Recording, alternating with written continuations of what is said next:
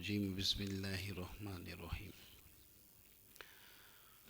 کل کچھ استعارہ کے حوالے سے بات چیت ہوئی تھی۔ آج قریباً آخری سبق ہے۔ پیر کی کلاس کس اعتبار سے لگتی ہے وہ دیکھیں گے۔ بہرحال جو ہے نا اپنا کنایہ کا ایک کانسیپٹ رہتا ہے، اس کو ہم کلیئر کر دیں تو بیان کچھ نہ کچھ انشاءاللہ تعالیٰ عزیز ہمارے نظروں سے چاہے اوپری سطح پر سے گزر جائے گا۔ کنایہ کی تعریف لکھنا چاہیں تو لکھیے گا کہ کوئی لفظ کہہ کر یا کوئی لفظ بول کر اس کا لازم معنی مراد لینا کنایہ کہلاتا ہے۔ کوئی لفظ کہہ کر اس کا لازم معنی مراد لینا کنایت کہلاتا ہے، بائیں طور کے اگر حقیقی معنی وہاں پر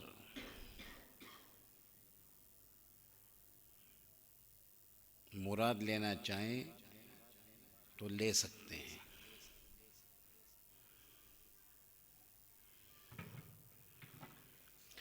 وعلیکم السلام۔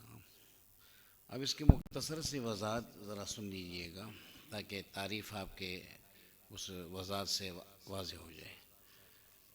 اس کی وہی جو ایک عام مثال دیتے ہیں دروس البلاغہ کے اندر طویل النجاد، اور اسی طریقے سے کثیر الرماد، اور ایک مثال اگلی کتابوں میں آتی ہے عفیف الازار، اور بھی کئی مثالیں۔ تو اب یہ طویل النجاد، طویل کا معنی آپ جانتے ہیں لمبے کو کہتے ہیں، اور نجات کہا جاتا ہے، میں نے اس پہلے بھی آپ سے عرض کی تھی کہ جو تلوار لٹکاتے ہیں یا میان کے اندر اس کو کہا جاتا ہے۔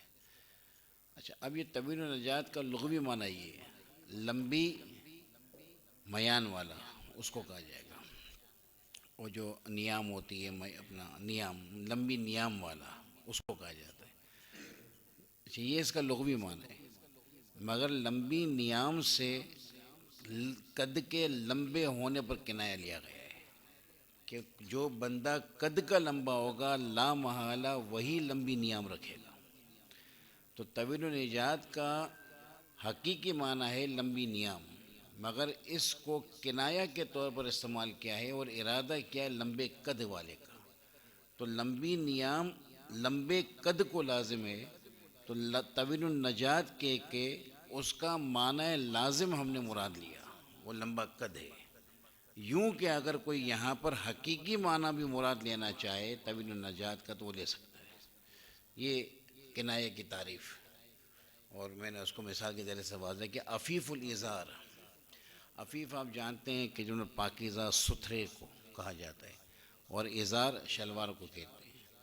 تو اس کا لغوی معنی پاکیزہ شلوار والا، اور یہ کنایہ ہے پاک دامنی سے، عفت سے، عصمت سے۔ تو عفیف الازار کا لغوی معنی پاکیزہ شلوار، اور اس کو کنایہ لیا پاک دامنی سے، بائیں طور کے اگر کوئی عفیف الازار کا یہاں پر حقیقی معنی بھی مراد لینا چاہے تو لے سکتا ہے۔ یہ کنایہ کی تعریف، اور کنایہ کی تعریف کے حوالے سے جو مثالیں تھیں ان مثالوں پر میں نے آپ کو انتباہ کر کے بتایا۔ اہل عرب زمانہ جاہلیت کے اندر بھی اپنی تعبیرات کے اندر بڑی ستھرائی لاتے تھے، خصوصاً نکاح کے معاملات، رشتے کے معاملات، عورت کی جو عادات اور صفات ہیں، اور اگر عورت کا حلیہ بیان کرنا ہے تو وہ جو حلیہ ہے عورت کا وہ، اسی طریقے سے اگر جب مباشرت ہوئی ہے، جمع ہوا ہے، وہ ان چیزوں کو زمانہ جاہلیت کے اندر بھی کنایہ الفاظ کے ساتھ تعبیر کیا جاتا تھا۔ یہ صاف ستھری تعبیر ہے۔ تو قرآن کریم اہل حجاز کی طرز پر اترا ہے، تو قرآن کریم نے جا بجا ان جگہ پر کنایہ ہی استعمال کیا ہے۔ پورے قرآن کے اندر سوائے حضرت مریم رضی اللہ تعالی عنہ کے کسی خاتون کا نام بھی نہیں، فقط امرأت ہے۔ اور وہ مریم رضی اللہ تعالی عنہ کا نام بھی اسی لیے قرآن کے اندر کوٹ کرنا پڑا کہ ان کے والد محترم نہیں، بالکل سرحد کرنی تھی کہ یہ بغیر والد کے یہ ان کی والدہ کا نام، اس وجہ سے قرآن کے اندر کچھ مقامات پر آیا، ورنہ قرآن کے اندر نام ہی نہیں ہے کسی عورت کا۔ اب میں کچھ نبی ذیشان سرورد عالم صلی اللہ تعالیٰ علیہ وسلم کی احادیث سے آپ کی کچھ رہنمائی کروں۔ آپ نور الانوار اگر آپ نے پڑھی تو نور الانوار کے اندر آپ کو آیا کہ ابن رفاع جب اپنے شوہر اول سے مطمئن نہ ہوئی اور اس کو خطبۃ الثوب کے ساتھ تعبیر کیا۔ آپ نے کبھی دیکھا کہ یہ جو چادر ہوتی ہے، چادر کے کنارے کچھ جالیں لٹک رہی ہوتی ہیں، آپ یہ دیکھیں کہ یہ جو چادر ہے اس کے جو تانا بانا ہے بڑا کھچ کے بندھا ہوا ہے، یہ پوری کھچی ہوئی ہے چادر، مضبوط ہے، اس کے اندر کھچاؤ ہے، مگر وہ جو لٹکے رہتے ہیں ان میں وہ کھچاؤ نہیں ہوتا ہے۔ تو اپنے شور اول کی شکایت رسول کریم کی بارگاہ میں یوں کی کہ میں اپنے شور اول کو خطبۃ الثوب سے تعبیر کرتی ہوں۔ آپ سمجھیں کہ کیا مراد ہے، یہ کتنی پاکیزہ تعبیر ہے۔ پھر ہوا یہ معاملہ کہ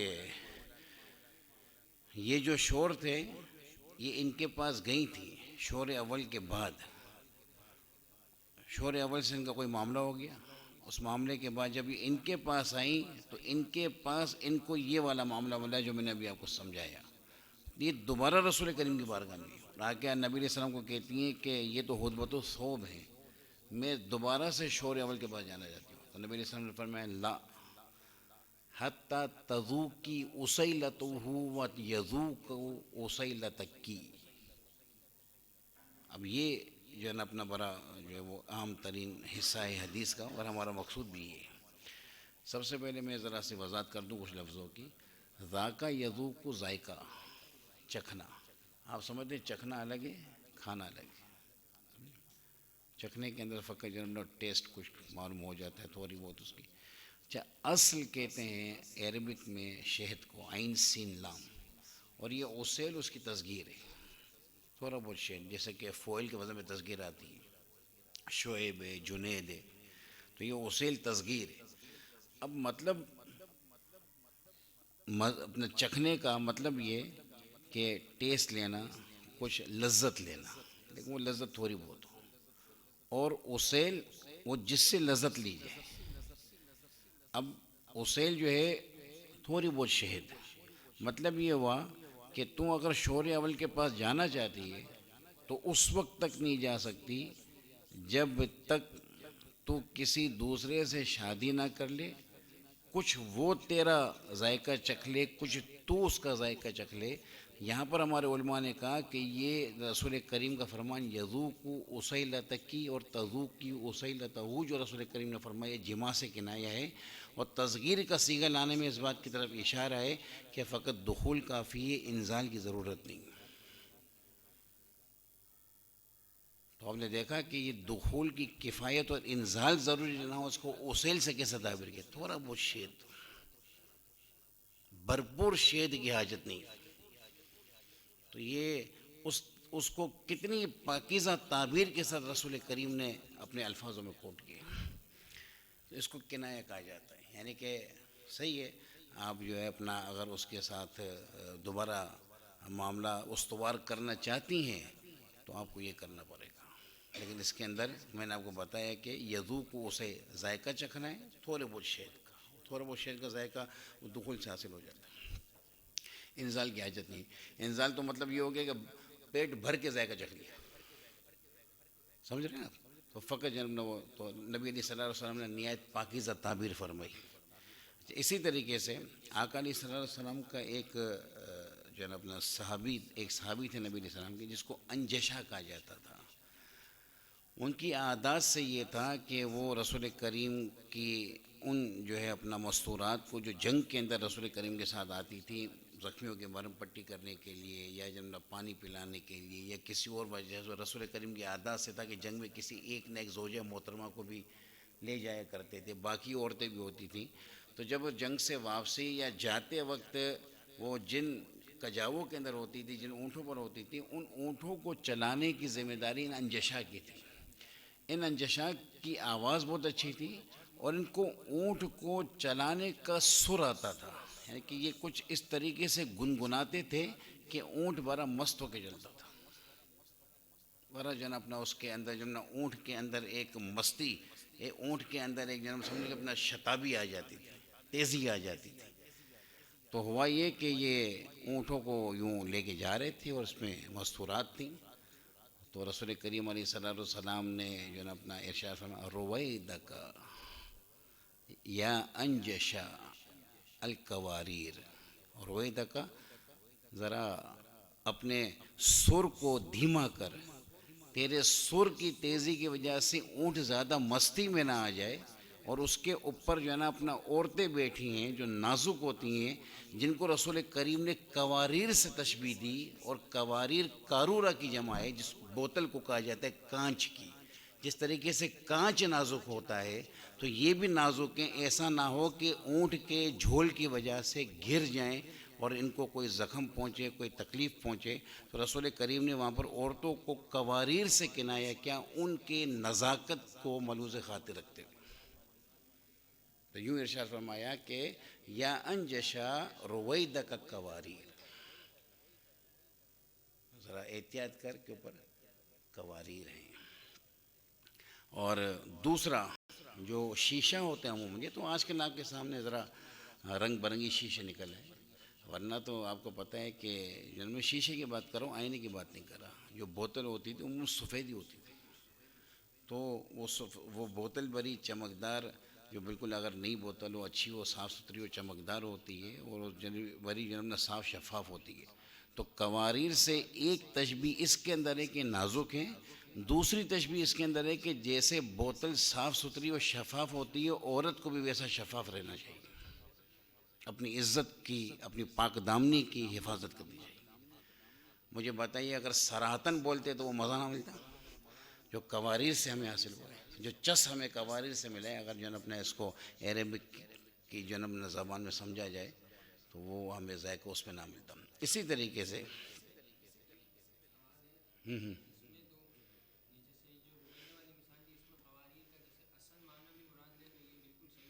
جی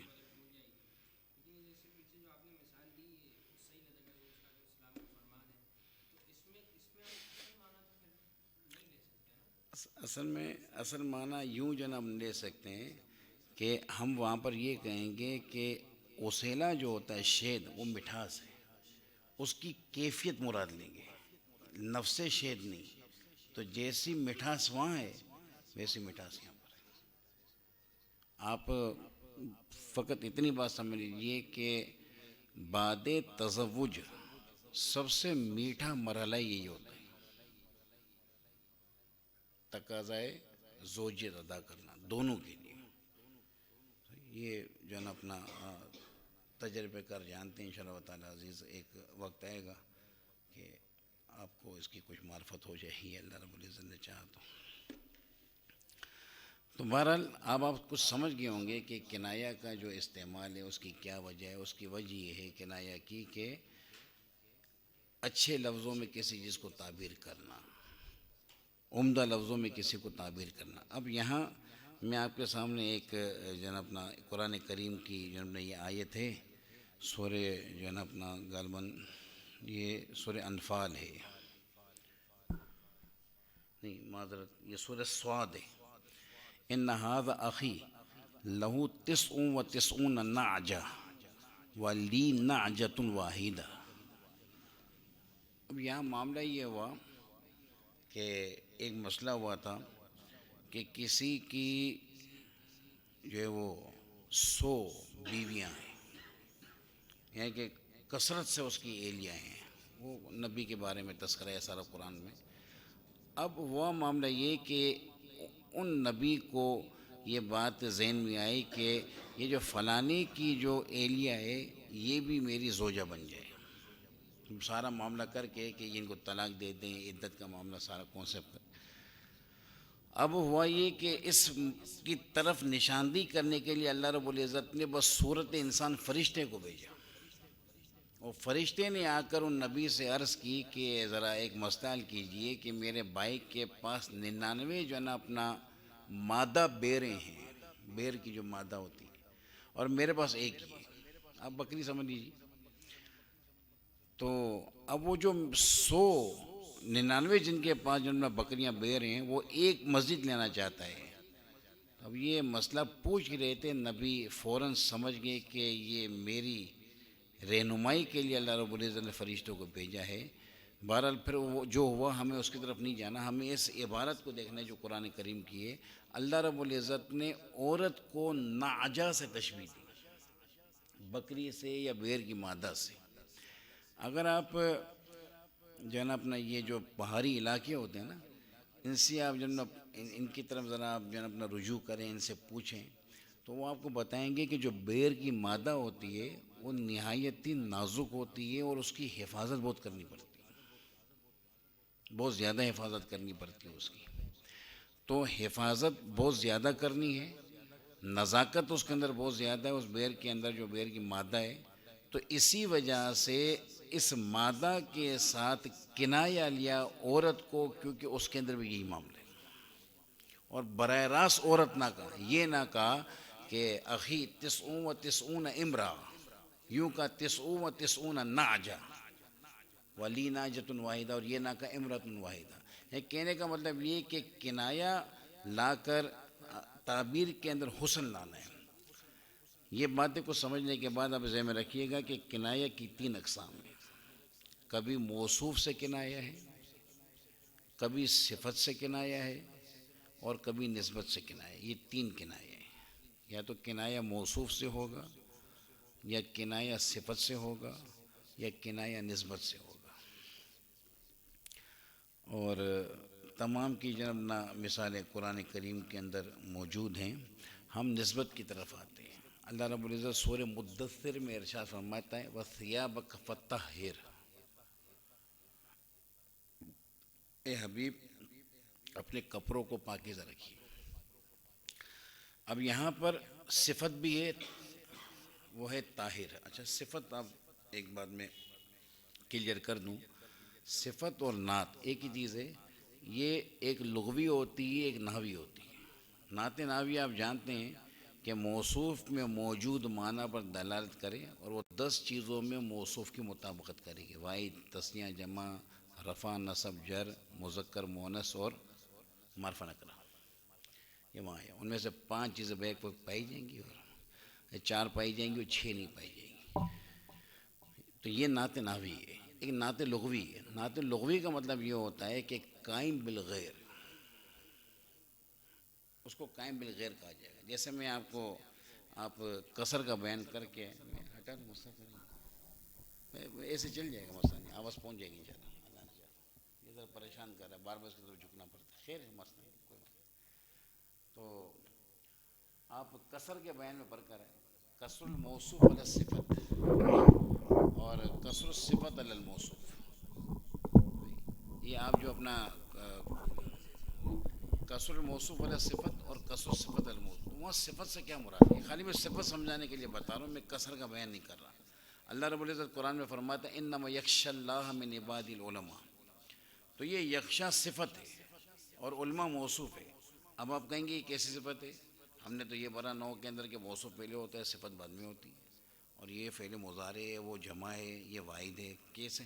یہاں صفت سے مراد یہ کہ قائم بالغیر, آپ کو خشیت خاشی کے بغیر نہیں ملے گی. جس طریقے سے میں بول رہا ہوں آپ کو کلام متکلم کے بغیر نہیں ملے گا. آپ سن رہے ہیں, مجھے سننا سامع کے بغیر نہیں ملے گا. آپ دیکھ رہے ہیں, مجھے دیکھنا ناظر کے بغیر نہیں ملے گا. تو یہ ہمارا دیکھنا, سننا, اٹھنا, بیٹھنا, یہ جتنے معنی مصدریہ ہیں یہ تمام کے تمام صفات بالغیر یعنی کہ قائم بالغیر. تو موصوف صفت وہ جو قصر کی بیس کے اندر ہے, اور موصوف صفت جو یہ کنایہ کی بیس کے اندر ہے, یہاں پر جو ہے اپنا نعت ناوی مراد نہیں ہے, یہاں پر نعت لغوی مراد ہے جو قائم بالغیر, قائم بھی ذاتی نہ ہو. جس طریقے سے آپ سارے قالین کے اندر چیزوں کے اندر رنگ دیکھ رہے ہیں, یہ رنگ ذو لون کے بغیر نہیں پایا جائے گا. جس کا رنگ ہے اس کے بغیر نہیں پایا جائے گا. تو جو چیز کسی کے بغیر نہ پائی جائے وہ نعت لغوی. تو خشیت اس بندے کے بغیر نہیں پائی جائے گی کہ جس میں خشیت ہے. یہ کلیئر ہوا یہاں پر؟ تو ہمارا موصوف صفت جو اپنے موصوف سے کنایہ ہے، صفت سے کنایہ ہے، تو یہاں پر موصوف سے مراد قائم بذات ہو. جیسے ہماری ذات ہے، ہم قائم بذات ہیں. یہ موبائل قائم بذات ہے، یہ ڈیسک قائم بذات ہے، یہ لاؤڈ قائم بذات ہے. یہ تمام کا تمام. لیکن اس لاؤڈ کا جو رنگ ہے، اور اسی طریقے سے جب یہ ڈیسک کا جو رنگ ہے، یا اس کا جب موٹا ہونا، پتلا ہونا، یہ تمام کا تمام قائم بالغیر ہے. یہ اس کی صفات لغوی ہیں. یہ سمجھنے کے بعد اب وہ جو میں نے آپ کے سامنے سورہ مدثر کی آیت رکھی، ثیابک فطہر، تو اس کے اندر طہارت وصف ہے.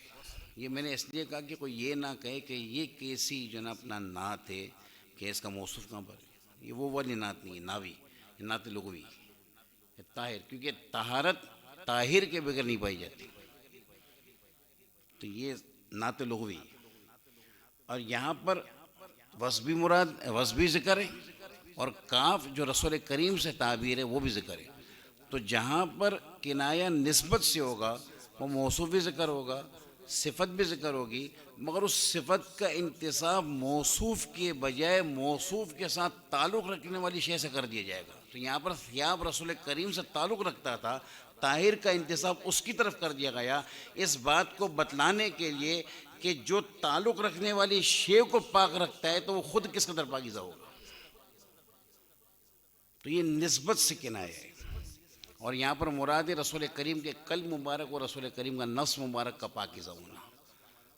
تو یہ نسبت سے کنایہ جب نہ وہ کرتے ہیں. کبھی جب نہ کہا جاتا ہے کہ وہ بندہ جو ہے نا اپنا عفیف الذیل ہے، یعنی کہ اس کا جو دامن ہے پاکیزہ ہے. اب دامن کا پاکیزہ ہونا اس کا مطلب یہ ہے کہ اس کی ذات پاکیزہ ہے.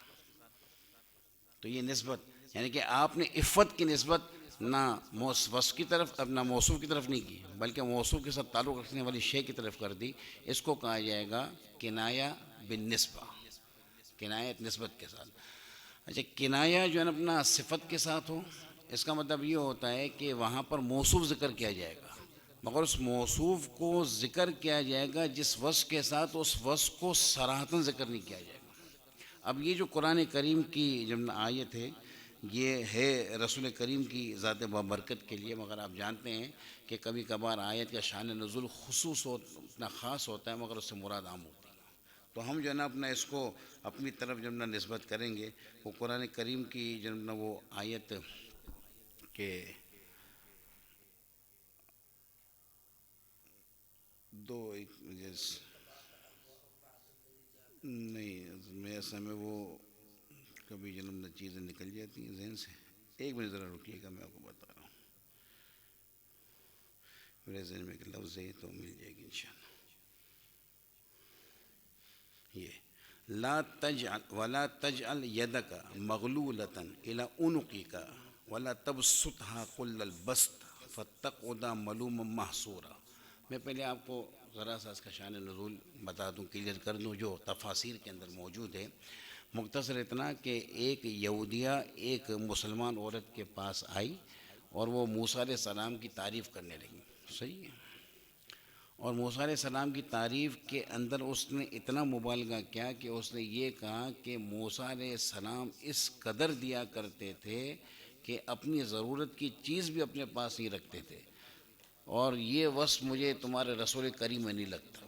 ان بی بی کو یہ بات شاک گزری، تو انہوں نے اس کو بتانے کے لیے یہودیہ کو کہ ہمارے رسول کس قدر سخاوت فرمانے والے، کرم فرمانے والے ہیں، اپنی بیٹی کو رسول کریم کی بارگاہ میں بھیجا اور عرض کی کہ رسول کریم سے جا کے کہو کہ میں نے، اب ان کا کیا نام تھا مجھے تفاسیر کے اندر نہیں ملا، کہ میں نے جو ہے وہ قمیص منگوائی، اگر آپ اپنی قمیص مجھے ہبتاً دے دیں. اب وہ جب گئی ہے ان کی بیٹی رسول کریم کی بارگاہ میں، تو آقا علیہ الصلوۃ والسلام قمیص پہنی ہوئی تھی، وہی قمیص رسول کریم کے پاس تھی. انہوں نے وہ قمیص ان کی بیٹی کو دے دی اور وہ بیٹی قمیص لے کے چلی گئی. تو بہرحال معاملہ تو کلیئر ہو گیا کہ رسول کریم جناب نے کس قدر کرم فرمانے والے. مگر ہوا یہ کہ اب سیدھی سی بات ہے، قمیص نہیں ہے اور بدن مبارک ظاہر ہو رہا ہے. صحیح. اور رسول کریم علیہ الصلوۃ والسلام اس حالت میں نماز کے لیے کیسے تشریف لیں؟ تو اب اذان ہو گئی، رسول کریم تشریف نہ لائے تو صحابہ کرام کو فکر ہوئی کہ رسول کریم کی کہیں طبیعت مبارکہ میں کوئی فرق نہ آیا ہو. تو وہ آئے اور رسول کریم کی بارگاہ میں عرض کی تو رسول کریم نے سارا ماجرا بتایا کہ یہ حالت ہے. تو اس وقت رسول کریم کے لیے اللہ رب العزت نے اس آیت کا جملہ نزول فرمایا کہ لا تبسط کل البسط، مکمل طریقے سے ہر چیز کسی کو مت دے دو، فتق ادا معلوم معصورا. امام اہل سنت نے اس کا ترجمہ کیا پھر آپ کہیں تھکے ہوئے نہ بیٹھ جائیں. اب آپ میری بات سمجھ گئے ہوں گے. ہم اپنے پر اس کو اپلائی کرتے ہیں. یہ شان نزول اگرچہ خاص ہوتا ہے مگر سیدھی سی بات ہے کہ رسول کریم کے پاس سے ساری تبلیغ ہم کو بھی ہے. تو اب معاملہ یوں کہ قرآن کریم نے کہا لا تجعل یدک مغلولہ الی عنقک. آپ ذرا سا تصور کیجئے کہ ایک بندہ بخل کرتا ہے. یہ بخل سے تعبیر ہے. اب یدکا کے اندر جو کاف ہے یہ موصوف ہے، تو موصوف ذکر ہے مگر اس کی جس صفت کو ذکر کیا ہے وہ بالکل واضح لفظوں میں ذکر نہیں کیا ہے، اس کو کنایتاً ذکر کیا. بخل یا مراد ہے. آپ ذرا سوچیں کہ کسی بندے کے جناب اپنا یوں جناب اپنا ہاتھ ہے، یوں بالکل یہاں بندھے ہوئے ہاتھ ہے، تو یہ جو ہاتھ جو ہے نا اپنا جو گردن کی طرف یوں باندھ دیے گئے ہیں، تو اب یہ ہاتھ حرکت نہیں کریں گے، وہ بندھے ہوئے. تو قرآن نے بخل کو تعبیر کیا اس آیت سے کہ نہ جو ہے نا اپنا اے سننے والے بندے اپنے ہاتھ کو تیری گردن کی طرف بندھا ہوا مت رکھ. کہنا یہ تھا کہ بخل مت کر، حالانکہ اتنی بات کافی تھی لا تبخل، مگر بات کو لمبا کیا، اتناب کیا. کیوں؟ تاکہ اس صورت کو جو بخل کی صورت ذہن کے اندر جو ہے نا اپنا بری لگتی ہے اس کو محسوس تصویر کے ساتھ دکھایا جائے کہ بخیل بندہ گویا کہ ایسا ہے کہ اس کے ہاتھ یا پیچھے بندھے ہوئے ہیں. تو جیسے تمہیں جو ہے نا اپنے محسوس کے اندر یہ صورت بری لگتی ہے ویسے معقول کے اندر بخل بھی برا ہے. تو اس معقول کو محسوس کے منزلے میں اتار کر سمجھایا گیا اس کی کراوت کو، اس کی اپنا برائی کو. اور اسی طریقے سے وہ جو آگے مزید جناب اپنا رسول کریم کے لیے فرمایا لا تبسطھا کل البسط، کہ اتنا بھی ہاتھ نہ کھول دو کہ پھر اپنے لیے کچھ نہ رہے. یہ ہم لوگوں کے لیے بھی ہے، جیسا کہ ہمارے عرف میں جناب کہا جاتا ہے کہ اوروں کو تحفے بانٹتے پھرو اور خود کے سر پر قرضہ ہو، ایسا نہ کرے بندہ. یہ درست نہیں ہے. چراغ تلے اندھیرا کہ ساری دنیا کو خیرات باندھ رہا ہے، خود ہی کے گھر میں اندھیرا ہے، تو یہ درست نہیں ہے. تو آپ نے دیکھا کہ کبھی کبھار کنایہ سے تعبیر کیوں کرتے ہیں؟ اس کی صورت کی کراہت یا اس کی صورت کی اچھائی جو ہے نا اپنا محسوس طریقے سے بتانے کے لیے کہ اس کا محسوس جو ہے نا وہ معاملہ کیا ہوگا. تو یہ صفت سے جو ہے نا وہ کنایہ تھا کہ صفت کو جو ہے نا آپ کے سامنے کیسے ذکر کیا وہ آپ نے جب نے دیکھا قرآن کریم سے. اللہ رب العزت قرآن میں فرماتا ہے وَإِن كُنتُم مَرْضَىٰ، اگر تم میں سے جو ہے کوئی مریض ہو، او علی سفر، او جاء احد منکم من الغائط. اب یہ غائط کا ہمارے یہاں معاملہ ہے. اہل عرب کیا کرتے تھے، ابھی بھی آپ گاؤں دیہات والوں سے پوچھیے، بلکہ کوئی بھی اہل عقل ہو سے آپ پوچھیے کہ اول تو ہم لوگوں کے یہاں واش روم بنے ہوئے ہیں وہیں جاتے ہیں. پہلے گاؤں دیہات میں ایسا نہیں تھا، تو وہ جاتے تھے واش روم کے لیے تو اس زمین کا انتخاب کرتے تھے جس میں ذرا سا جھکاؤ ہو، تاکہ جو پیشاب ہے وہ آرام سے سرک جائے، اس کی چھینٹیں نہ ہو رہے، اور اگر براز بھی ہے تو وہ بھی اس پست زمین کی طرف جو ہے نا اپنا چلا جائے. کیونکہ کوئی بھی اس بات کو پسند نہیں کرتا کہ اس کے براز کو کوئی دیکھے اور گن کھائے، تو وہ نچلی زمین کو اختیار کرتے ہیں. تو زمین کا نچلا حصہ اس کو اہل عرب غائط کہتے ہیں، غین الف حمزہ طا، غائط. یہ اس جگہ کو کہا جاتا ہے. پھر بعد میں اس کا اطلاق گندگی پر ہونے لگا، یعنی کہ اس جگہ پر جو گندگی کی جاتی ہے. ریئل اس کی جو وضع ہے وہ اس کے لیے، جیسے میں آپ کو بتاؤں ہماری عرف میں کہا جاتا ہے اردو کے اندر پاخانہ. اب آپ جانتے ہیں کہ ہر کوئی سمجھتا ہے کہ پاخانہ ہمارے عرف کے اندر گندگی کو کہا جاتا ہے. گندگی نہیں ہے. در حقیقت پہلے جو ہے نا اپنے ایک چوکی رکھی ہوتی تھی، یعنی کہ کہیں پر بھی گاؤں دیہات کے اندر بھی ذرا سا سوراخ وغیرہ اپنے زمین میں بنا کے وہاں کچھ پتھر اونچا رکھ دیتے تھے، تو اس کے اوپر یہ پاؤں رہتے تھے. یہ پاؤں اس کے اوپر رکھ کر اور پھر جب اپنا قضائے حاجت کی جاتی تھی تو وہ پاؤں رکھنے کی جگہ تھی، تو اس کو کہا جاتا ہے پا خانہ، یعنی کہ خانہ پا، پاؤں رکھنے کی جگہ. تو اس خانہ پا کو الٹا کر کے پاخانہ کر دیا. وہ پاؤں رکھنے کی جگہ کو کہا جاتا ہے، مگر ہمارے عرف کے اندر پاخانہ اس گندگی کو کہہ دیا جاتا ہے. اس کو کہا جاتا ہے محل کے حال مراد لینا. یہ مجاز مرسل بھی. تو غائط کا لغوی معنی یہ المنخفض من الارض، مگر غائط اب وہ اس وقت مشہور ہو گیا تھا پاخانے کے اندر. اور سیدھی سی بات ہے کہ یہ جو میں بار بار آپ کے سامنے لفظ کہہ رہا ہوں، اس کے اور بھی ورڈ آتے ہیں اردو کے اندر عجیب سے، آپ جانتے ہیں. آپ یہ کسی محفل کے اندر کہہ دو تو خود آپ کو بھی اچھا نہیں لگے گا، سامنے سننے والے کو بھی اچھا نہیں لگے گا. گن کھاتا ہے بندہ خالی اس لفظ کے سننے سے بھی. تو اس وجہ سے قرآن نے اصل لفظ سے عدول کر کے من الغائط کہا، یعنی کہ محل کا ذکر کیا جو حال کا ذکر نہ کیا، کہ جب تم جو ہے نا اپنا وہاں سے آ جاؤ. جیسے ہمارے عرف میں بھی کہتے رہتے ہیں کہ میں واش روم سے آ رہا ہوں. وہ واش روم میں کیا کارروائی کرنے جا رہا ہے اس کو ڈیفائن نہیں کرتا ہے، وہ خالی اتنا کہتا ہے میں واش روم سے آ رہا ہوں. اس کی وجہ کیا ہے کہ یہ گن معاشرے کے اندر اچھا نہیں سمجھا جاتا اس کو. تو اسی قبیل سے یہ تو اب یہ من الغائط جو ہے یہ بھی کنایہ ہے. اور کنایہ کس سے میں نے جو ہے آپ کے سامنے بات کر دی. اللہ رب العزت قرآن میں فرماتا ہے مل مسیح ابن مریم الا رسول قد خلت من قبلہ الرسل و امہ صدیقہ کانا یاکلان الطعام. آپ جانتے ہیں کہ کچھ عیسائی لوگوں کا یہ اس وقت میں نظریہ تھا کہ عیسیٰ علیہ السلام نعوذ باللہ من ذالک اللہ کے بیٹے، اور استغفر اللہ العظیم حضرت عیسیٰ علیہ السلام کی عفیفہ طیبہ طاہرہ والدہ استغفر اللہ اللہ رب العزت کی زوجہ ہے. یہ ان کا جو ہے اپنا اعتقاد تھا. وہ اسی وجہ سے تین خدا کے جو قائل تھے، دو یہ اور ایک جو اللہ تعالیٰ.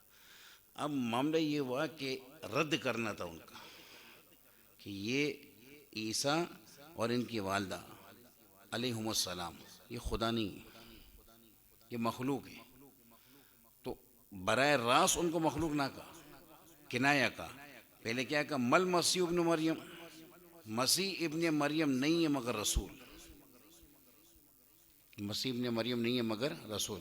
میں یہاں ذرا سی ایک بات آپ کے افادے کے لیے بتا دوں. اگرچہ میں نے اس باب کو چھوڑ دیا علم معانی کے اندر، کسر کا باب بڑا عام ہے، ہر ایک کے ذہن کے اندر ہوتا ہے تھوڑا بہت. اس کے حوالے سے میں نے اس کے حوالے سے بات نہیں کی. کسر کے اندر یہ فقط ضمناً بات ہے، میرا منع موضوع کنایہ ہے.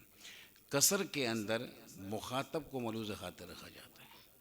آپ کا مخاطب کیا اعتقاد رکھتا ہے اس کے اعتبار سے آپ عبارت لے کر آئیں گے. اگر آپ کا مخاطب اعتقاد رکھتا ہے شرکت کا تو اس وقت کسر جب آپ لائیں گے تو کسر افراد ہوگا. یہاں پر یہی ہے. یہ لوگ کیا رکھتے تھے عیسائی اعتقاد کہ یہ عیسیٰ علیہ السلام رسول بھی ہیں، یہ عیسیٰ علیہ السلام اللہ بھی. عیسیٰ علیہ السلام کے لیے دو وصف کا اعتقاد رکھتے تھے، رسالت کا اور الوہیت کا. اب جب یہ دو وصف کا اعتقاد رکھتے تھے تو اللہ رب العزت نے فقط قرآن میں رسالت کے وصف پر قصر کر کے اس بات کی طرف بلیغ اشارہ کر دیا کہ ان کے اندر وصف الوہیت نہیں ہے. مل مسیح ابن مریم الا رسول.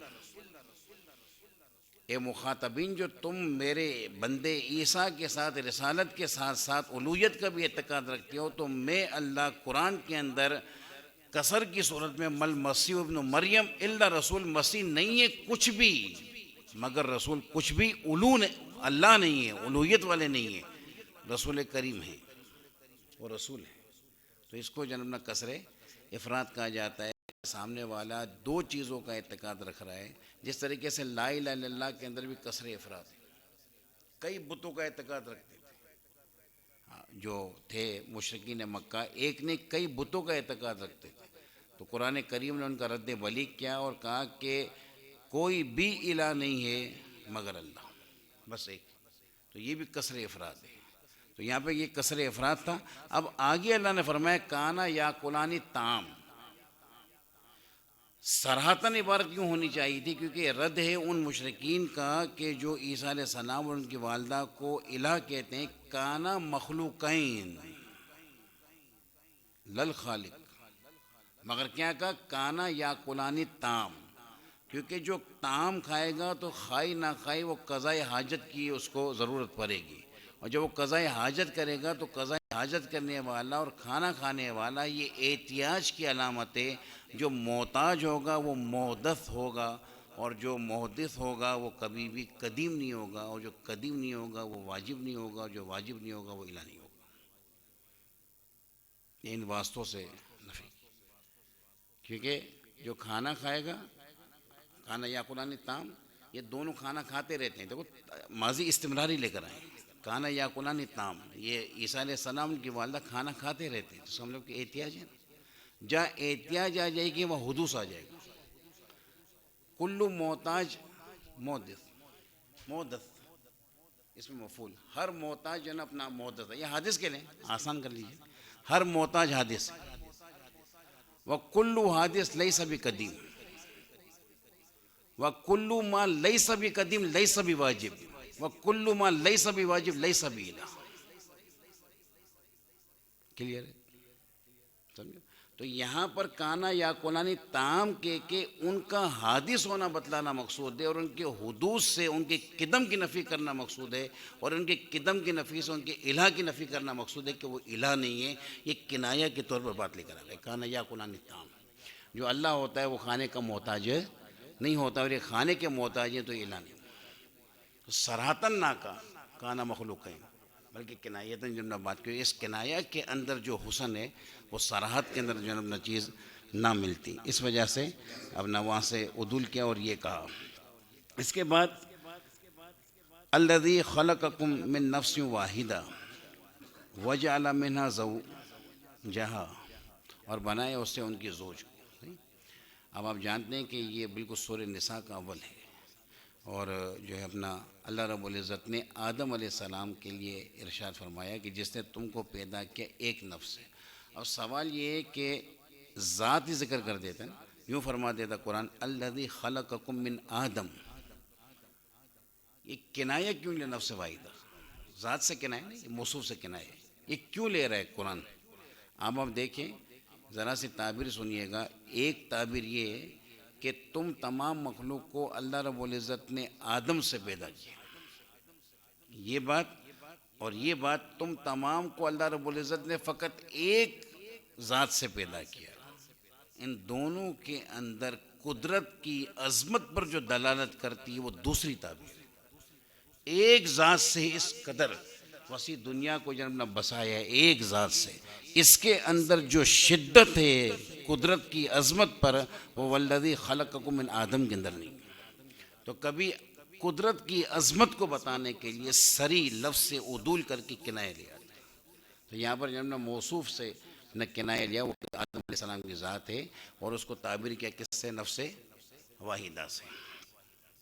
کوئی اپنا الجھن، کوئی پریشانی تو نہیں ہے ہم لوگوں کو؟ میں پوچھتا رہتا ہوں بار بار اس لیے کہ معاملہ نہ ہو کچھ. اچھا اب بہرحال اگر ہے تو اب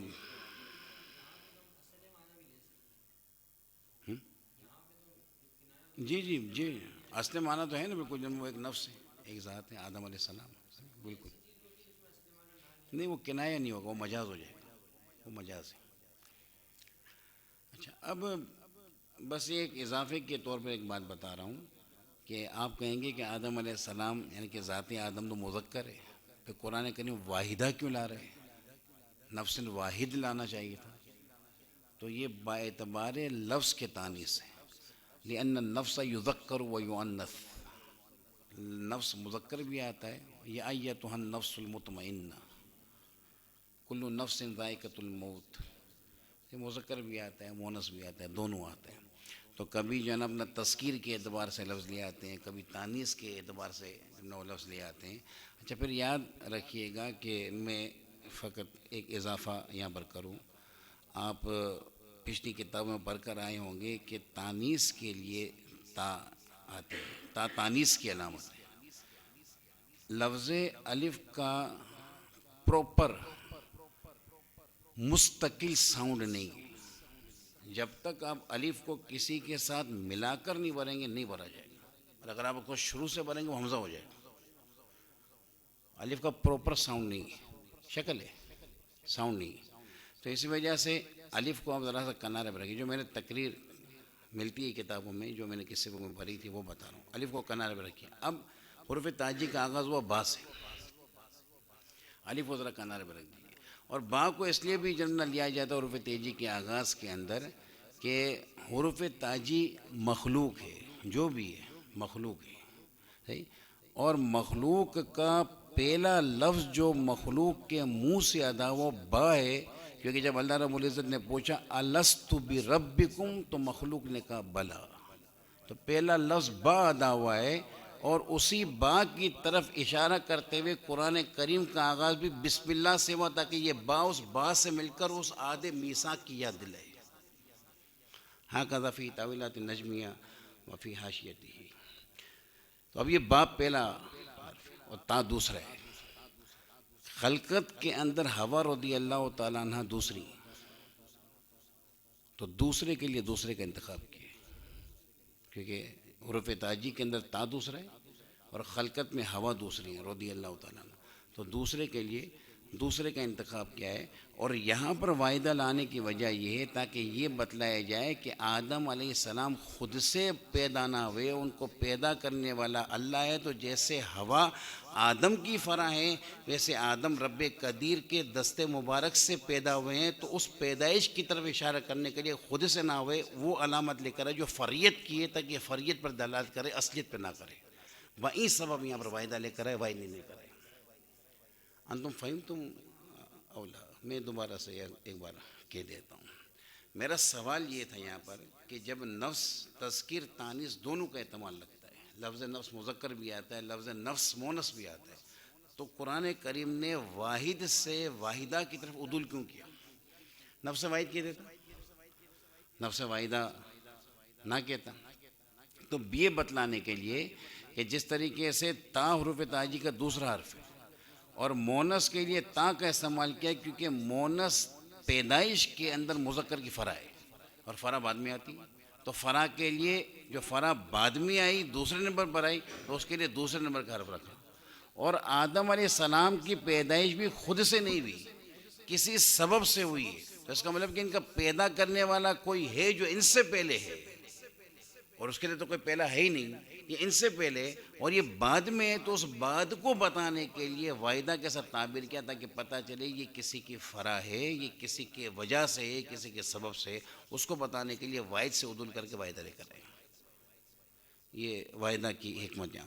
اور میں نے آپ کو بتا دیا کہ یہ کیوں ادھر کنایہ کیا ہے، اس وجہ سے تاکہ اللہ رب العزت کی عظمت اور قدرت اس کو بتایا جائے. قرآن کریم ایک جگہ پہ ارشاد فرماتا ہے سورہ بقرہ کی آیت نمبر 223 سے، نساؤکم حرث لکم فأتوا حرثکم ان شئتم. یہ قرآن کریم کے اندر. اچھا، اول تو یہ جو نا اپنا ذہن میں رکھیے جو نا اپنا کہ یہاں کیا معاملہ ہے، یا تشبیہ بھی ہے یا کنایہ بھی ہے، دونوں باتیں. حرث جو کھیتی ہے، زمین ہوتی ہے، زمین میں بیج ڈالا جاتا ہے، وہ بیج پھر کچھ مراحل سے گزر کر کھیتی بنتا ہے، پھر وہ جب کھیتی کیا کرتی ہے، نفع دیتی ہے. اب قرآن کریم کی تعبیر ذرا دیکھیے. زمین سے تعبیر کیا ہے؟ عورت کو. عورت سے مراد اس کے بدعا کو، مقام مخصوص کو، اس کو تعبیر کیا. اور جو کسان زمین میں بیج ڈالتا ہے تاکہ اس سے کھیتی ہوگے، اس بیج سے تعبیر کیا ہے مرد کے نطفہ کو. پھر وہ جو زمین میں بیج کچھ مراحل سے گزر کر کھیتی بنتا ہے، تو نطفہ عورت کے اس زمین بدا کے اندر کچھ مراحل سے گزر کر بچہ بنتا ہے. پھر جس طریقے سے کھیتی نفع دیتی ہے، ایک وقت آتا ہے تو بچہ نفع دیتا ہے. آپ مجھے بتائیے اتنی عمدہ تعبیر صراحت میں نہ ملتی، یہ کنایہ لے کر کہ تمہاری کھیتی ہے، یہ جو عورتیں تمہاری کھیتی ہیں. تو جس طریقے سے کسان زمین کے اندر بیج بو کر کھیتی اگاتا ہے پر اس سے نفع حاصل کرتا ہے، تو یہ تمہاری کھیتی ہے، اس میں تم اپنا بیج ڈال کر نفع اٹھاؤ، اور پھر اس اپنا جب نفع تمہارے ہاتھ آ جائے تو وہ تمہارے لیے جنم بڑا فائدے کا سبب ہوگا. نساؤن حرث لکم، نساؤکم حرث لکم، کہ تمہاری جو اپنے بیویاں ہیں وہ تمہارے لیے کھیتی ہیں. آگے اللہ فرماتا ہے اپنی کھیتیوں کے پاس جیسی آؤ چاہو. یاد رکھیے گا کہ یہ انا شئتم جو ہے، یہاں پر انا شئتم کا مطلب یہ نہیں کہ تم جہاں سے آؤ، تمہاری طبیعت جہاں سے چاہے وہاں سے آئے. شریعت نے جن راستوں سے آنا رکھا ہوا ہے مقرر، ان راستوں سے آؤ. مثال کے طور پر کھیت کے لیے جو اپنا ایک نہر جو ہے اپنا پانی کی جا رہی ہے، اور کسی نے اپنے اس نہر کا پانی اپنے کھیت کے اندر کیا ہے، کسی نے اپنے کھیت میں کیا ہے، تو کسی اور کا پانی ادھر نہیں کریں گے ہم، یعنی کہ اس کے پانی کو بند کر کے سارا پانی ہم اپنے کھیت میں لیں، یہ درست نہیں۔ تو انا شیتم کا مطلب یہ نہیں کہ کہیں سے بھی آ جاؤ، یہ سمجھدار سمجھ رہے ہوں گے کہ میں کیا کہنا چاہ رہا ہوں۔ تو یہاں پر جو ہے نا عورت کو کہیں سے بھی جو ہے نا اپنا کھیتی کے طور پر استعمال کریں، یہ درست نہیں ہے۔ ان مقامات کا استثناء ہے جن مقامات کا حدیث کے اندر استثناء کیا گیا ہے، کیونکہ قرآن کی تفسیر حدیث کرتی ہے۔ تو انا شیتم یہ اگرچہ عموم پر ہے مگر اس کی تخصیص حدیث کرتی ہے، تو ان مقامات سے آیا جائے جن مقامات سے حدیث کے اندر روا رکھا گیا۔ بہرحال آپ نے دیکھا کہ تعبیر کتنی عمدہ کی ہے۔ اگر اس کو سراحت کے دیتے، سراحتن کے ساتھ کہہ دیتے کہ اپنی جو ہے اپنا زوجہ کے بعد جا کے کہ زوجیت ادا کریں، پھر جو ہے اپنا عام سے جو بچہ ہوا اسے نفع حاصل کریں، اس کے اندر آپ سمجھ سکتے ہیں کہ وہ حسن، وہ رعنائی، وہ نضارت نہ ہوتی جو اس تعبیر کے اندر ہے۔ یہ بات دبی بھی رہی اور ہر چیز حاصل بھی ہو گئی سمجھدار کے لیے۔ تو ایک عمدہ پیرا ہے اس کے اندر۔ قرآن کریم ایک جگہ پہ کہتا ہے، کسی وقت میں قرآن کریم کے نزول سے پہلے جو ہے نا اپنا آل عرب کے اندر ایک محاورہ مشہور تھا، القتل انفع للقتل، نفی سے، القتل انفع للقتل، قتل جو ہے وہ قتل کو ناپید کر دیتا ہے۔ مطلب یہ تھا کہ کسی نے کسی کا قتل کر دیا، اس قاتل کو سزا کے طور پر قتل کر دیا جائے تو ایک قتل مزید قتل ہونے کو ختم کر دے گا۔ یہ تعبیر انہوں نے کی آل عرب نے، القتل انفع للقتل، مگر اس سے عمدہ تعبیر قرآن لایا۔ ہاں، حمزہ نون فا، انفا، یا آخر میں یا پر خرا زبر، نفی سے ہی قرآن کہتا ہے۔ اب قرآن کی آپ تعبیر سنیے ذرا، کمال ہے۔ اس بندے نے محاورہ بنایا ہوگا، وہ انکش بہ دندہ ہوگا کہ یہ تعبیر کیسی آئی ہے۔ قرآن کہتا ہے وَلَكُمْ فِي الْقِصَاصِ حیات، تمہارے لیے قصاص میں حیات ہے۔ یہ کس قدر عمدہ جو تعبیر کی ہے، القتل انفع للقتل۔ اس تعبیر کے اندر کچھ خرابی ہیں۔ نمبر ایک، ہمیں نہیں پتہ چل پا رہا کہ جناب قاتل نے سامنے والے کا جو قتل کیا ہے، حق قتل کیا ہے کہ غیر حق قتل کیا ہے، مطلق ہمیں نہیں پتہ۔ دوسرا، وہ فقط جناب اپنا اس بات کو واضح کرتا ہے کہ جناب قتل کو ختم کرتا ہے، مگر قرآن کہتا ہے تمہارے لیے قصاص میں، لفظ قصاص اس بات کی طرف اشارہ کرتا ہے کہ جو قاتل نے قتل کیا وہ ناحق ہے، اسی لیے قصاص لیا جا رہا ہے، وہ اس کی طرف اشارہ نہیں کرتا۔ نمبر دو، وہ فقط یہ بتاتا ہے کہ قتل کو ختم کرتا ہے۔ قرآن یہ کہتا ہے قتل کو ختم کرتا ہے اور تمہارے معاشرے کی حیات کا باعث ہے۔ یہ اور مزید جو ہے نا اپنا اس کے اندر معاملہ ہے۔ تو وَلَكُمْ فِي الْقِصَاصِ حیات کے اندر جو تعبیر کا ایک عمدہ پیرایا موجود ہے، وہ القتل انفع للقتل کے اندر موجود نہیں ہے۔ تو قرآن کریم نے ایسے کئی جگہ پر لوگوں کو زیر کیا کہ جو فساد کے حوالے سے اپنے آپ کو اپنے آپ کا کسی کو مقابل نہیں سمجھتے تھے، وہ کہتے تھے کہ اپنا فساد جو ہے اپنا ہمارے پاس ہے، وہ کسی اور کے پاس نہیں ہے۔ ایک دو مزید باتیں کر کے میں اپنے درس کو ختم کروں گا۔ یہ قرآن کریم بالکل مشہور و معروف صورت ہے، فَجْعَلَهُمْ كَعَصْفٍ مَّأْكُولٍ، یہ سورۃ الفیل۔ أَلَمْ تَرَ کَیْفَ فَعَلَ رَبُّکَ بِأَصْحَابِ الفیل، کہ تیرے رب نے اصحاب الفیل کے ساتھ کیا، کہ یہ استفہام تقریری، کیا آپ نے نہ دیکھا ہے کہ دیکھا، یہ استفہام تقریری۔ اچھا، اس کے اندر ہے آخر کے اندر ترمیہم بحجارۃ من سجیل، وہ جو ابابیل آئے تھے وہ ان کو مار رہے تھے، من سجیل، سجیل کا مطلب کہ جن پتھروں پر ان کے نام لکھے تھے وہ علامت شدہ پتھر ہی ان کو لگ رہے تھے، جس پتھر پہ جس کا نام تھا وہی کنکری، وہی پتھر اس کو آگے لگ رہی تھی۔ یہ سجیل کا مطلب یہ۔ اب وہ مارا کیسا؟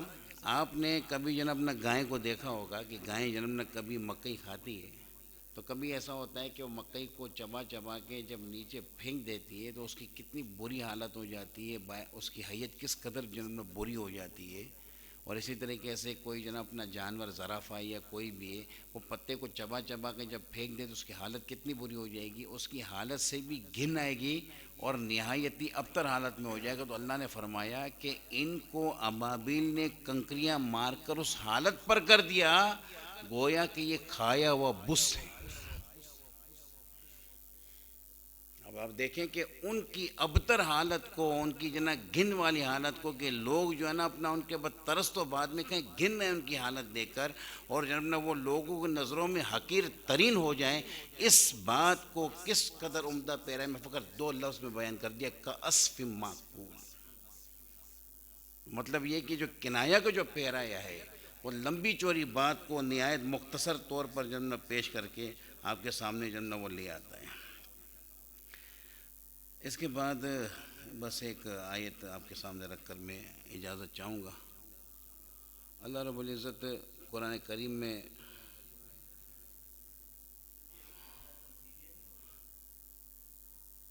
دیکھیں، میں نے میرے خیال سے پہلے بھی میرے سے کسی نے پوچھا تھا کہ ایک اصطلاح کا کسی آیت کے اندر جریان دوسری اصطلاح کی نفی نہیں کرتا۔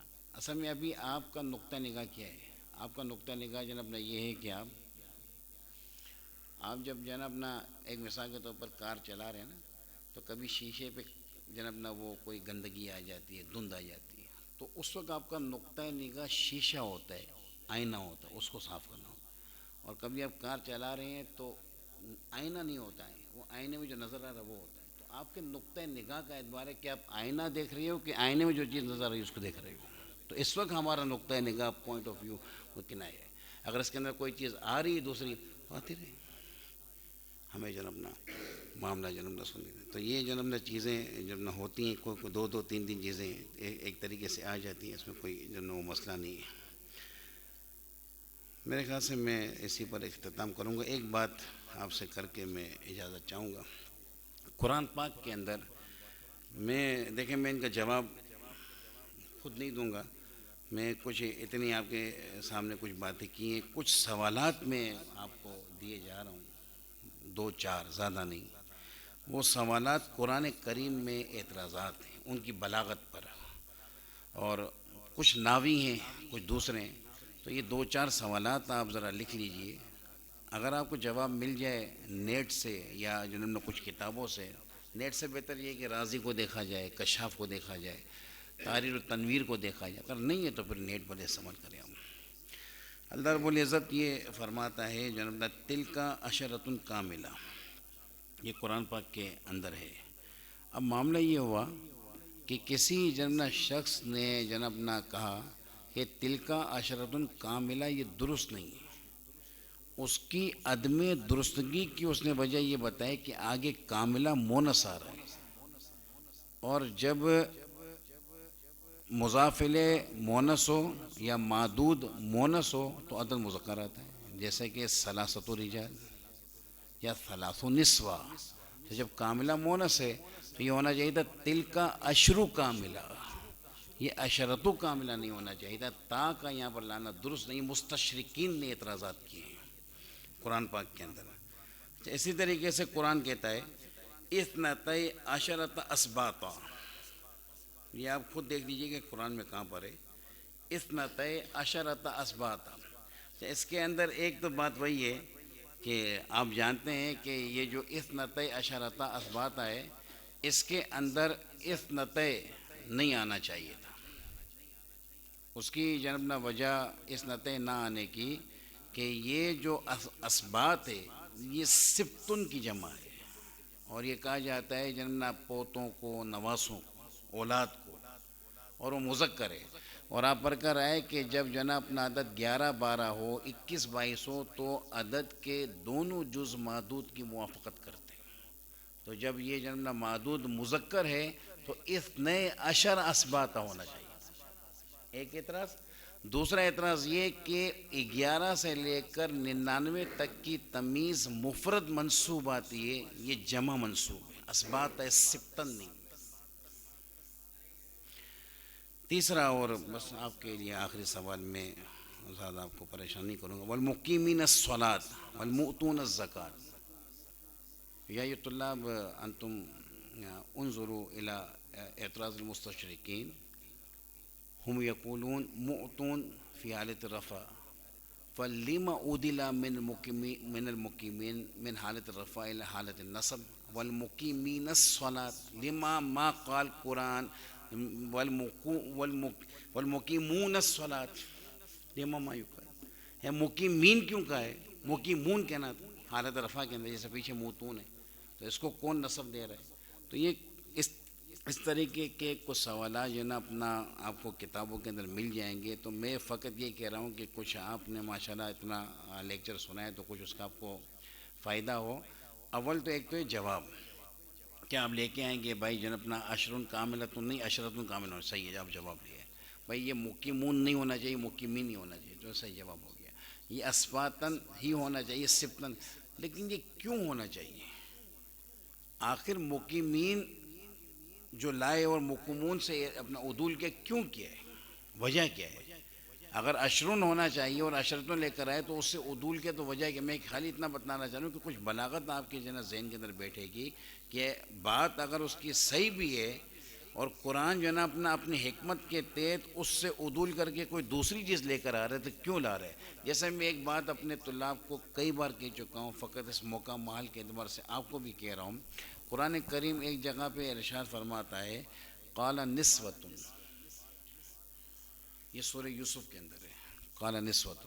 اچھا سب سے پہلے تو یہ ذہن میں رکھیے گا کہ جب فاعل مؤنث حقیقی ہو پلس وہ مؤنث حقیقی ذوی العقول سے ہو پلس فعل فاعل میں فصل نہ ہو، فعل کی تانیث واجب ہے. جب فاعل مؤنث حقیقی ہو، اب مؤنث حقیقی دو ہیں نا، انسانوں سے بھی ہو سکتا ہے جو ذوی العقول ہیں اور جانوروں سے بھی ہو سکتا ہے جو ذوی روح ہیں. مؤنث حقیقی ہو پلس ذوی العقول ہو پلس فاصلہ نہ ہو فعل فاعل کے درمیان، تانیث واجب ہے. اس کے باوجود قالت نسوۃ نہیں آئے ہیں، قالا نسوۃ آئے ہیں. یوں ہی ایک جگہ پہ قرآن کہتا ہے قالت الاعراب. اب آپ جانتے ہیں کہ یہ جو اعراب ہے جمع مکسر ہے، سمجھے؟ اب یہ جو اپنا جمع مکسر تو ہے مگر یہ جمع کس کی ہے؟ اعرابی کی. اور اعرابی مذکر ہے. اعرابی کہتے ہیں بدو، جو گاؤں دیہات کا رہنے والا ہو، تو جو ہے نا اپنا اس کی جمع ہے اعراب. تو یہ اعرابی کی جمع ہے تو یہ مذکر ہی ہے نا. جب یہ مذکر ہے تو ذوات مذکر ہیں تو اس کے اعتبار سے قالت الاعراب نہیں قال الاعراب آنا چاہیے تھا. تو وہاں پر قالا نسوتن کا، یہاں پر جناب قالت الاعراب کا. تو بظاہر جناب نے ایک اعتراض بنتا ہے، مگر یہ قرآن نے یہ اسلوب کیوں اختیار کیا؟ اس کی وجہ کیا ہے؟ در حقیقت آپ کو ملے گا تفاسیر کے اندر کہ وہ جو عورتیں تھیں جنہوں نے ان کو کہا زلیخا کو کہ آپ کا سنا ہے کہ آپ کسی کے دام کے اندر کسی کی حب میں گرفتار ہو گئی ہیں، تو اس وقت انہوں نے ان کو کچھ مشورے دیے تھے اچھے زلیخا کو. ان مشوروں کی وجہ سے اور ان مشوروں کی عمدگی کی وجہ سے کہ یہ ناقص العقل ہونے کے باوجود ان کے پیرائے میں مشورے دے رہی جو کامل العقل ہیں، تو ان کی کمال عقل کی طرف اشارہ کرنے کے لیے سیگا ان کا لے کر ہے جو کمال عقل والے کا کالا نسوتن کا. اور یہ جو اعراب ہیں جو بدو ہیں، یہ رسول کریم اپنے گھر مبارک میں آرام فرما رہے تھے. یہ کہیں سے آئے تھے؟ اب دیکھو آگ اس کے لیے ایمان کو قبول کرنے کے لیے ہم رسول کریم سے اسلام کی دعوت سنیں اور ایمان قبول کر لیں. اب رسول کریم کے آرام کا خیال نہ کیا، آقا علیہ الصلوۃ والسلام اپنے کاشان اقدس کے اندر آرام فرما رہے ہیں. انہوں نے جناب اپنا وہ جو بھی اس وقت دربار تھا جو بھی چیز تھی اس کو نوک کرنا شروع کر دیا اور رسول کریم کی نیند میں خلل ڈال دیا. بارہ رسول کریم کا منصب تھا، آقا علیہ صلی اللہ علیہ وسلم آئے، انہیں تبلیغ کی اور انہیں جو اپنا مشربہ اسلام کیا. مگر ان کی یہ حرکت کہ رسول کریم کی نیند کو خراب کیا انہوں نے، یہ ناقص العقل حرکت تھی، تو اس کے لیے سیگا ناقص العقل والا نکلا.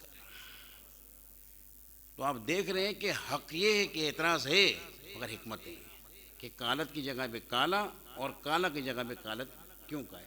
تو ممکن ہے کہ اس کے آپ کو جواب مل جائیں، لیکن قرآن نے وہ اسلوب کیوں اختیار کیا ہے، اس کی وجہ کیا ہے اس اسلوب کو اختیار کرنے کی، تو وہ آپ کو کہیں نہ کہیں ڈھونڈنی پڑے گی. انشاءاللہ تعالیٰ مل جائے گی.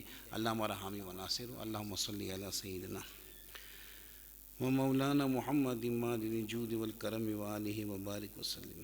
یا ارحم الراحمین یا ارحم الراحمین یا ارحم الراحمین، جو کچھ تیرے قرآن کے فہم کے لیے ہم نے سمجھایا ان تمام کو اپنی بارگاہ سمجدت میں قبول فرما۔ بتقاضۂ بشریت رب قدیر مجھ سے کوئی خطا ہوئی تیرے قرآن کے افہام میں تفہیم میں تو اپنے محبوب معصوم کے صدقے میں مجھے ہم تمام کو معاف فرما۔ ارحم الراحمین تمام مساجد اہل سنت، تمام مدارس اہل سنت کو ارحم الراحمین شاد و آباد فرما۔ یہاں جو طلبہ موجود ہیں پوری دنیا کے اندر سنیت کے ساتھ وابستہ جہاں جہاں متعلمین ہیں، تمام کے سینوں کو ذہنوں کو دین متین کے لیے اور خصوصاً قرآن پاک کے فہم کے لیے کشادہ فرما۔ ارحم الراحمین ہمارے مشائخ، ہمارے پیران اعظام کی عمروں میں برکتیں عطا فرما۔ ارحم الراحمین ہم میں اگر کوئی پریشان ہے، کوئی کسی بیماری کے اندر مبتلا ہے، ہماری پریشانیوں کو، ہماری بیماریوں کو اے رب قدیر تو اپنے فضل سے اپنے حبیب لبیب کے صدقے میں دور فرما دیں۔ ہم تمام کو مرتے وقت کلمہ طیبہ نصیب فرما۔ ان اللہ و ملائکتہ یصلون علی النبی یا ایھا الذین آمنوا صلوا علیہ وسلموا تسلیما۔ اللہم صلی علی سیدنا و مولانا محمد معدن الجود والکرم وآلہ وبارک وسلم۔ سبحان ربک رب العزت عما یصفون والسلام علی المرسلین والحمد للہ رب العالمین۔